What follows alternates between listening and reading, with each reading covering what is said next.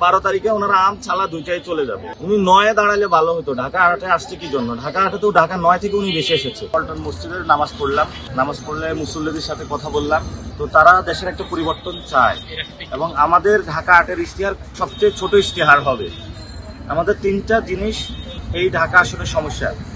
হলো সন্ত্রাস, যার কারণে হলো উসমান হাদি ভাই খুন হয়েছে, আর হলো চাঁদাবাজ। গুলিস্তান থেকে এখানে অনেক ব্যবসা প্রতিষ্ঠান রয়েছে, তারা প্রতিনিয়ত চাঁদাবাজের শিকার হয়। আমরা এটা দূরীভূত করব। আমরা এখানে দুর্নীতি এবং দখলদারিত্বগুলো দূরীভূত করব। আমরা 3টা কাজ করব: সন্ত্রাস, চাঁদাবাজি এবং দখলদারিত্ব ঢাকা 8 থেকে উচ্ছেদ করব এবং ঢাকা 8কে এই 3টা জিনিস থেকে নিরাপদ করব। আর শিক্ষার্থী যারা রয়েছে তাদের নিয়ে এখানে অনেক শিক্ষা প্রতিষ্ঠান রয়েছে, ঢাকা বিশ্ববিদ্যালয়, বিকারুন্নেসা, সিদ্ধেশ্বরী, নামি দামি প্রতিষ্ঠান রয়েছে। শিক্ষার্থীদের জন্য ঢাকা 8কে আমরা নিরাপদ করতে, যাতে কোনো শিক্ষার্থী খুন না হয়।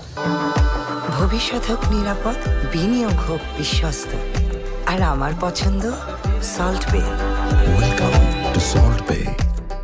অনেকে আমাদেরকে কথা বলছেন যে তারা কি ঢাকায় বেশি আসছেন কিনা।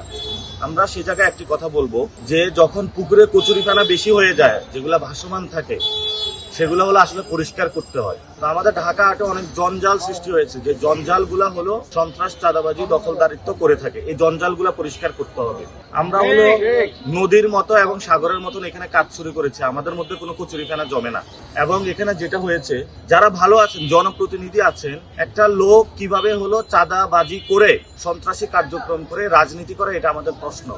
আমরা জিয়াউর রহমানের দলে তাদের স্থায়ী কমিটির মধ্যে কোনো চাঁদাবাজির সাথে যাদের গুন্ডা পান্ডা বাহিনী নিয়ে চাঁদাবাজি করে, আমরা তাদেরকে দেখতে চাই না। সন্ত্রাসী কার্যক্রম করে এবং হলো এখানে মাফিয়াগিরি করে।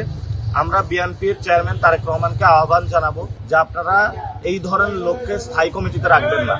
যদি এই ধরনের লোক স্থায়ী কমিটিতে থাকে, তাহলে মানুষের মধ্যে যে ভাবমূর্তি আসে, সেটা জিয়াউর রহমানের প্রতি অশ্রদ্ধা পোষণ করা হয়, বেগম খালেদা জিয়ার প্রতি অশ্রদ্ধা পোষণ করা হয়। এবং আমি এখানে যে ভাইয়েরা আপনাদেরকে সন্ত্রাসী বানিয়ে দিয়েছে, সমাজের কাছে চাঁদাবাজি হিসেবে উপস্থাপন করেছে, আমরা আপনাদেরকে আহ্বান জানাবো এই অন্যায়ের পথ ছাড়ুন, সৎ এবং ন্যায়ের পথে আসুন। হাদি ভাই যে বলেছিল, ইনসাফের পথে আপনারা আসুন।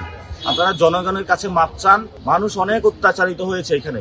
এখানে বড় বড় ব্যবসায়ীরা রয়েছেন, ছোট মাঝারি ব্যবসায়ীরা রয়েছেন, তারা অনেক আতঙ্ক থাকে। আমরা ব্যবসায়ী ভাইদের উদ্দেশ্যে বলবো ঢাকা 8-এর যে আপনারা ঘুরে দাঁড়ান, আমরা আছি। আমরা এখানে আর কোনো চাঁদা নিতে দিব না আপনাদের কাছে। আপনারা সুন্দর সৎ ভাবে ব্যবসা বাণিজ্য করুন এবং সবাই ইনশাল্লাহ আপনারা ভালো থাকবেন। আমরা আবার বলবো, যারা ঢাকাতে বলে বেশি আসে নাই, তারা আসলে কচুরিখানার মতন বেশি এসেছে। এগুলা এসে এখন জঞ্জাল সৃষ্টি করছে। ঢাকা উনি 9-এ দাঁড়ালে ভালো হতো। ঢাকা 8-এ আসছে কি জন্য? ঢাকা 8-এ তো ঢাকা 9 থেকে উনি বেশি এসেছে। ঢাকা 9টাই ওনার জন্য অ্যাপ্রোপ্রিয়েট ছিল। তো কেউ যদি ঢাকা মানে নিজের জায়গা ছেড়ে আসে, তো আমও গেল, ছালাও গেল। 12 তারিখে ওনারা আম ছালা দুইটাই চলে যাবে ইনশাআল্লাহ। এবং আমরা বলেছিলাম